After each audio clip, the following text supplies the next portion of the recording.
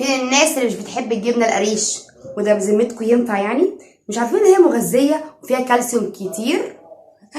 انا بقى ان شاء الله الناس اللي ملهاش في الجبنه القريش قوي وبالذات الاطفال هحولها لكم ان شاء الله الجبنه كريمي، او هقول لكم كده افكار عشان تخلوها باطعم مختلفه او ساده زي ما انتوا عايزين. تعالوا بقى نخش في الموضوع، نبدا في الطريقه، استنوني.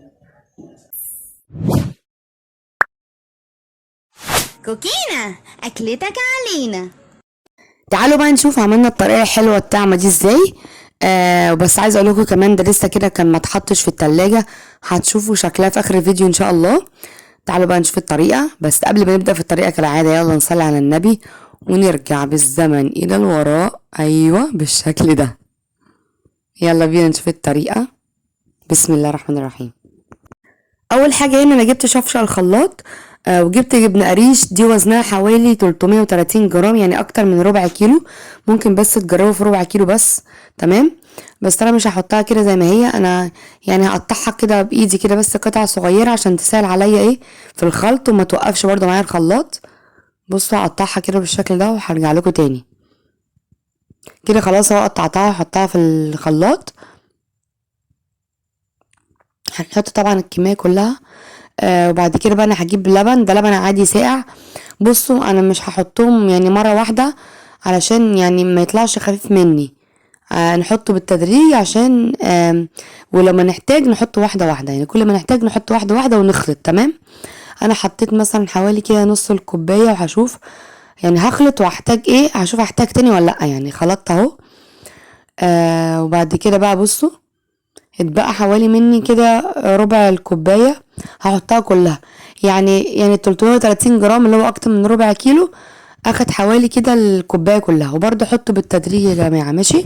حطوا اي كميه قريش وحطوا اللبن بالتدريج، هتطلع معاكم ان شاء الله زي الفل.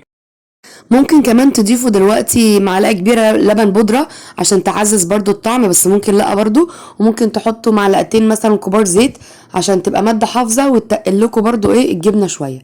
دلوقتي بقى احنا ممكن ناكلها على كده، هتبقى جبنه قريش بس زي جبنه كريمي، بس برضو ممكن ناس ما تحبش ايه طعمها. ممكن بقى الاضافات ايه بقى؟ انا هضيف يعني زيتون مخلي. ممكن تضيفوا جبنه تركي تقطعوها كده قطع وتحطوها. ممكن تحطوا قطع صغيره بسطرمه بس برضو بس لازم طبعا تشوحوها. ممكن شطه. ممكن فلفل الوان او حراق تخلطوها طبعا معاها تدي طعم. ممكن جبنه مثلثات، اي حاجه. تمام. انا بقى يعني هحطها في الخلاط هخلطها معاها عشان مش بحبها يعني تبان. بس ممكن انتوا بعد ما تخلطوها في طبق التقديم يعني تحطوها كده ايه قطع فوق الوش سواء التركي او اي حاجه. هنا خلاص بصوا بعد بقى ما ايه خلطتها، طبعا كده لسه ما اتحطتش في التلاجة، يعني طبعا لسه هتتقل معانا كمان. وبصوا كده بقى بعد ما طلعت من التلاجة بصوا بقى السمك بتاعها تقل ازاي. عايزه اقول لكم بقى ايه تحفظوها ازاي. الافضل تحطوها في علبه ازاز وتقفلوا عليها، يعني الافضل مش بلاستيك بس برضو الازاز يعني افضل عشان بيحافظ عليها اكتر. وهتقعد حوالي في التلاجة كده ايه مثلا بتاع 3-4 ايام. تمام. بس ودي بقى كانت الوصفه بتاعتنا النهارده. تعالوا بقى نشوف دلوقتي الختام.